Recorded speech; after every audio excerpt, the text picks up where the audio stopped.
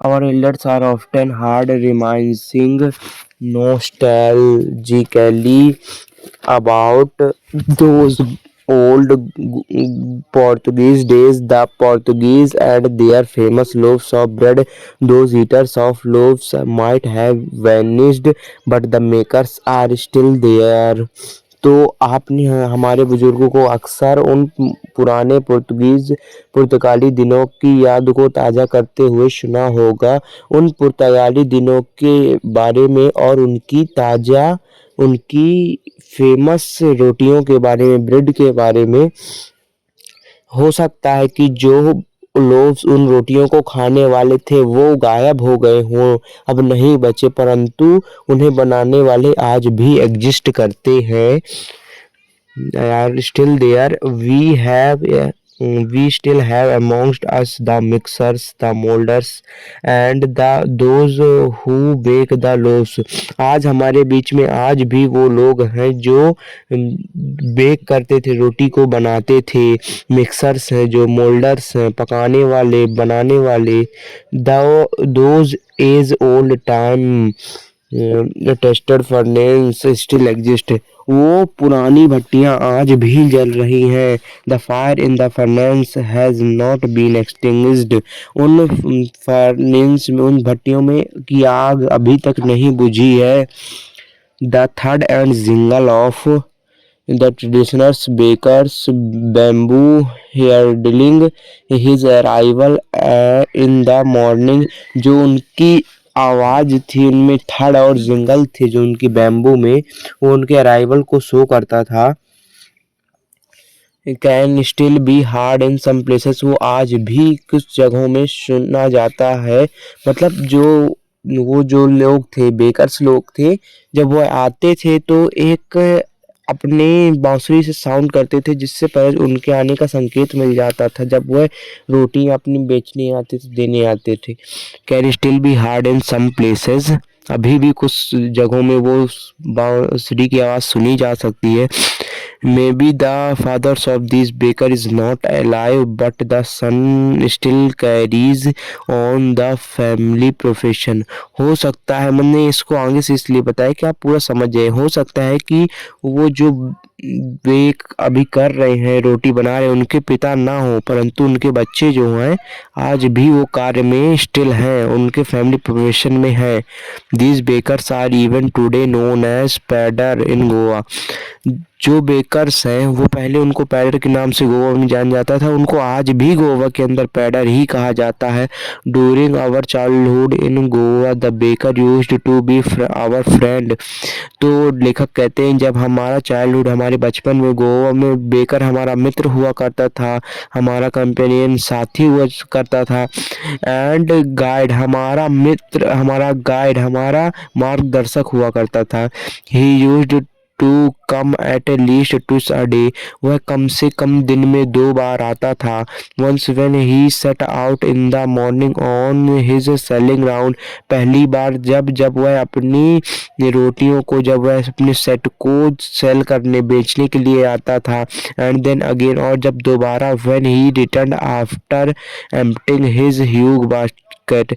जब वह अपनी खाली बास्केट को रिटर्न करते हुए, रिटर्न में वापस लौटता था खाली बास्केट के साथ। The jingling thud of his bamboo woke us up from sleep and we ran to meet and greet him. उसकी जिंगलिंग साउंड थी जो बैम्बू से निकलती थी, झंकार थी जो, वह हमें नींद से जगाती थी और हम फिर उसके बाद उठकर दौड़े चले जाते थे और उससे मिलते थे और उससे अभिवादन करते थे उससे। वाई वॉज इट सो, हम ऐसा क्यों करते थे। Was it for the low of the loaf, क्या हमारी यह रोटी के प्रति लालच थी हमारी। नॉट एट ऑल, नहीं, ऐसा कुछ नहीं था।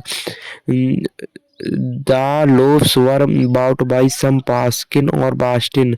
जो बेड्स थी वो पास्किन और बास्टिन, उनके घर के नौकर्स को गोवा में पास्टिन और बास्टिन कहा जाता है। वो लोग, उन्होंने वो भी खरीद के ले आती थी, लेखक कहते हैं। परंतु the maid servant of the house, या फिर कहा जाए जो मेड सर्वेंट थी वो भी खरीद के ले आती थी। What we longed for were those bread bangles which we chose carefully। तो लेखक कहते हैं कि हम उन रोटियों की चाहत थी हमें जो ब्रेड बैंगल्स चूड़ियों के समान थे, जिसे हम केयरफुली चूज किया करते थे। Sometimes it was sweet bread of special make, कभी कभी वह जो ब्रेड थी, कुछ ब्रेड्स में वह मीठे ब्रेड्स निकल जाते थे जो स्पेशल मेक के द्वारा बनाए जाते थे। The baker made his musical entry on the scene. लेखक कहते हैं जो वो बेकर्स रहते थे वो म्यूजिकल एंट्री पर आता था with the Jhang Jhang sound के साथ, Jhang sound of his specially made bamboo staff, और यह झंग साउंड केवल और केवल उसके जो बैम्बू से बनी वो स्टिक उस बांसुरी थी उससे निकलता था।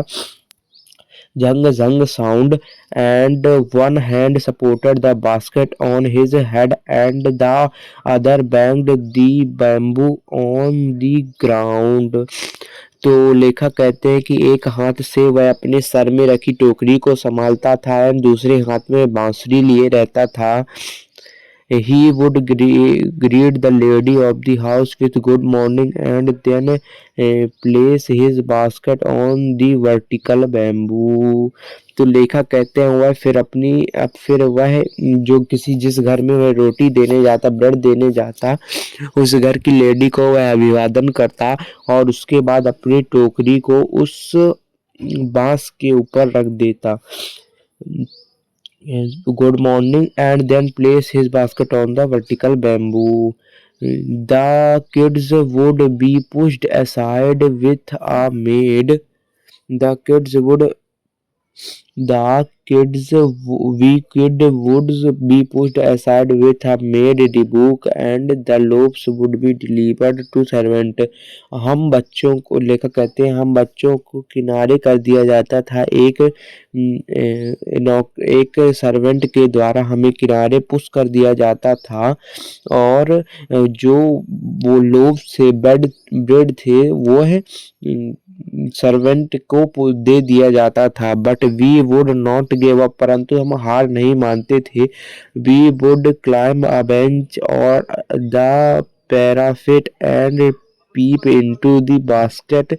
जो लेखक कहते हैं परंतु हम हार नहीं मानते थे, हम चढ़ जाते थे खिड़कियों पर बेंच के द्वारा, पैरापेट के द्वारा, पीप इनटू दी बास्केट, और हम बास्केट में नजर मारते थे।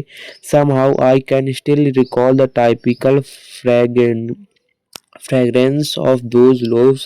I can still recall, मुझे आज भी याद है, मैं अभी भी याद कर सकता हूँ टाइपिकल फ्रेगरेंस ऑफ उन लोव्स की, उन रोटियों की टाइपिकल फ्रेगरेंस को। Loaves for the elders and the bangles for the children. वह जो लोव्स थे वह बड़ों के लिए लोव्स थे एंड छोटों के लिए वह बैंगल्स चूड़ियाँ थी। Then we did not even care to brush or our teeth or wash our mouth properly. इसके कारण हम अपने मुंह को प्रॉपर धुलने की भी आवश्यकता नहीं समझते थे, या नहीं धुलते थे, ना दांत साफ करते थे। एंड वाई शुड वी, और हम करें भी क्यों। Who would take the trouble of plucking the mango leaf for the toothbrush. Toothbrush करने के लिए जो आम की पत्तियां तोड़ने का जोखिम कौन उठाएगा, लेखक कहते हैं। And why was it necessary at all, और यह जरूरी क्यों है। The tiger never brushed his teeth, और जो चीता टाइगर है वो अपने दांत कभी साफ नहीं करता। Hot T could wash and clean up everything so nicely. गर्म चाय इससे साफ कर सकती है और अच्छे से साफ कर देती है। आफ्टर ऑल, हाँ तब तो marriage gifts are meaningless without the sweet bread known as the bol. जो स्वीट ब्रेड है उसे बोल के नाम, जो स्वीट बेल है उसे ब्रेड है उसे बोल के नाम से जाना जाता है। तो लेखक कहते हैं इसकी बोल के बिना तो शादी मीनिंगलेस होती है, बिना अर्थहीन होती है। जस्ट एज अ पार्टी और अ feast losses it's charm without bread, और ऐसी पार्टियां अपना रुतबा अपनी शान खो देती हैं बिना ब्रेड के। Not enough can be said to show how important a baker can be for a village।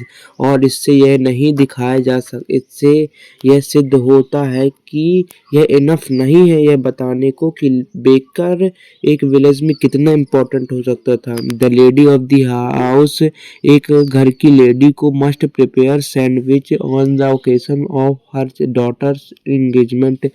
एक लेडी को उसकी बच्ची की शादी हेतु ओकेशन में सैंडविचेस चाहिए, उसके लिए मतलब कि लेखक बता रहे हैं कि उसे बेकर चाहिए। केक्स एंड बोलिनिहाज, केक्स के लिए बोलिनिहाज के लिए are must for Christmas, Christmas में इनकी ज़रूरत पड़ती है तब बेकर की आवश्यकता होती है। As well as other festival, और दूसरे त्योहारों में भी। Thus the presence of the baker furnace in the village is absolutely essential। तो जो लेखक कहते हैं कि जो बेकर की भट्टी थी वो विलेज में बहुत ही आवश्यक थी। The baker or bread seller of those days has a peculiar dress known as the कबाई।